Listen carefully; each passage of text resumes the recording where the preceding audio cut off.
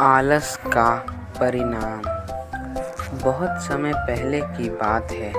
एक गांव में एक ब्राह्मण अपनी पत्नी और बच्चों के साथ रहता था। उसकी ज़िंदगी बेहद खुशहाल थी। उसके पास भगवान का दिया सब कुछ था। सुंदर सुशील पत्नी, होशियार बच्चे, खेत, ज़मीन, पैसे थे। उसकी ज़मीन भी बेहद उपजाऊ थी, जिसमें वो जो चाहे फसल उगा सकता था। लेकिन एक समस्या थी कि वो खुद बहुत ही ज़्यादा आलसी था, कभी काम नहीं करता था। उसकी पत्नी उसे समझा कर थक गई थी कि अपना काम खुद करो, खेत पर जाकर अपनी फसलों की सार संभालो। लेकिन वो हमेशा टाल जाता और कहता, मुझसे काम करने के लिए मत कहो। उसकी पत्नी उसके आलस्य से बेहद परेशान रहती, पर चाह कर भी कुछ नहीं कर पाती थी। एक दिन एक साधु ब्राह्मण के घर आया। ब्राह्मण ने उसका खूब आदर सत्कार किया, खुश होकर सम्मान पूर्वक उसकी सेवा की। साधु ब्राह्मण की सेवा से बेहद प्रसन्न हुआ और खुश होकर कहा, ब्राह्मण, मैं तुम्हें सम्मान व आदर से बेहद प्रसन्न हूँ। तुम कोई वरदान मांगो।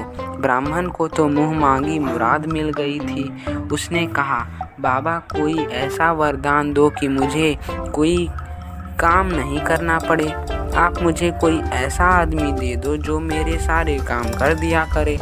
साधु ने कहा, ठीक है, ऐसा ही होगा, लेकिन ध्यान रहे तुम्हारे पास इतना काम होना चाहिए कि तुम उसे हमेशा व्यस्त रख सको। साधु के जाते ही वरदान स्वरूप एक बड़ा सा राक्षसनुमा जिन्न प्रकट हुआ। वो ब्राह्मण से कहने लगा, मालिक, मुझे कोई काम दो, मुझे काम चाहिए। ब्राह्मण उसे देखकर पहले तो थोड़ा डरा, फिर सोचने लगा कि इस जिन्न को कौन सा काम दूं। तभी जिन्न बोला, जल्दी काम दो वरना मैं तुम्हें खा जाऊंगा। ब्राह्मण ने कहा, जाओ और जाकर खेत में पानी डालो। यह सुनकर जिन्न तुरंत गायब हो गया और ब्राह्मण ने राहत की सांस ली। वह अभी पानी ही पी रहा था कि जिन्न कुछ ही देर में वापस आ गया और बोला, खेत में पानी दे दिया है, अब और काम दो। ब्राह्मण घबरा गया और बोला, अब तुम आराम करो, बाकी काम कल कर लेना। जिन्न बोला, नहीं, मुझे काम चाहिए वरना मैं तुम्हें खा जाऊंगा। ब्राह्मण सोचने लगा और एकाएक ही बोला, तुम जाकर खेत जोत लो, इसमें तुम्हें पूरी रात लग जाएगी। जिन्न गायब हो गया। आलसी ब्राह्मण सोचने लगा कि मैं तो बड़ा चतुर हूँ, जिन्न को मैंने काम में जिन्न गायब हो गया। आलसी ब्राह्मण सोचने लगा कि मैं तो बड़ा चतुर हूँ, जिन्न को मैंने काम में उलझा दिया है। वह आराम से खाना खाने बैठ गया। खाते खाते ही अपनी पत्नी से बोला, अब मुझे कोई काम नहीं करना पड़ेगा, अब तो जिंदगी भर का आराम सा हो गया है। ब्राह्मण की पत्नी सोचने लगी कि कितना गलत सोच रहे हैं उसके पति। इसी बीच वो जिन्न वापस आ गया और बोला, और काम दो, मेरा काम हो गया है, जल्दी काम दो वरना मैं तुम्हें खा जाऊंगा।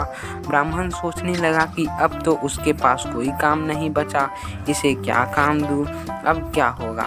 इस बीच ब्राह्मण की पत्नी बोली, सुनिए, मैं इसे कोई काम दे सकती हूँ क्या। ब्राह्मण ने कहा, दे तो सकती हो, लेकिन तुम क्या काम दोगी। ब्राह्मण की पत्नी ने कहा, आप चिंता मत करो, वो मैं देख लूँगी। वो जिन्न से बोली, तुम बाहर जाकर हमारे कुत्ते मोती की पूंछ सीधी कर दो। ध्यान रहे, पूंछ पूरी तरह से सीधी हो जानी चाहिए। जिन्न चला गया। उसके जाते ही ब्राह्मण की पत्नी ने कहा, देखा आपने कि आलस्य कितना खतरनाक हो सकता है। पहले आपको काम करना पसंद नहीं था और अब आपकी जान बचाने के लिए सोचना पड़ रहा है कि उसे क्या काम दें। ब्राह्मण को अपनी गलती का एहसास हो गया। वो बोला, तुम सही कह रही हो, अब मैं कभी आलस नहीं करूँगा, लेकिन अब मुझे इस बात का डर है कि इसे आगे क्या हम काम देंगे। यह मोती की पूंछ सीधी करके आता ही होगा, मुझे बहुत डर लग रहा है। ब्राह्मण की पत्नी हंसने लगी और बोली, डरने की कोई बात नहीं है, चिंता मत करो, वो कभी भी मोती की पूंछ सीधी नहीं कर पाएगा। उधर जिन्न लाख कोशिशों के बाद भी मोती की पूंछ सीधी नहीं कर पाया। इधर वह पूंछ सीधी करता, छोड़ते ही वह फिर टेढ़ी हो जाती। रात भर वो यही करता रहा। ब्राह्मण की पत्नी ने कहा, जब अब आप मुझसे वादा करो कि कभी आलस नहीं करोगे और अपना काम खुद करोगे। ब्राह्मण ने पत्नी से वादा किया और दोनों चैन से सो गए।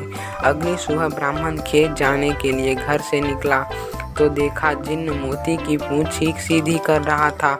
उसने जिन्न को छेड़ते हुए पूछा, क्या हुआ, अब तक काम पूरा नहीं हुआ? जल्दी करो, मेरे पास तुम्हारे लिए और भी काम है। जिन्न बोला, मालिक मैं जल्द ही यह काम पूरा कर लूँगा। ब्राह्मण उसकी बात सुनकर हंसने लगा, फिर मुस्कुराता हुआ खेत पर काम करने चला गया। उसने आलस हमेशा के लिए त्याग दिया था। धन्यवाद।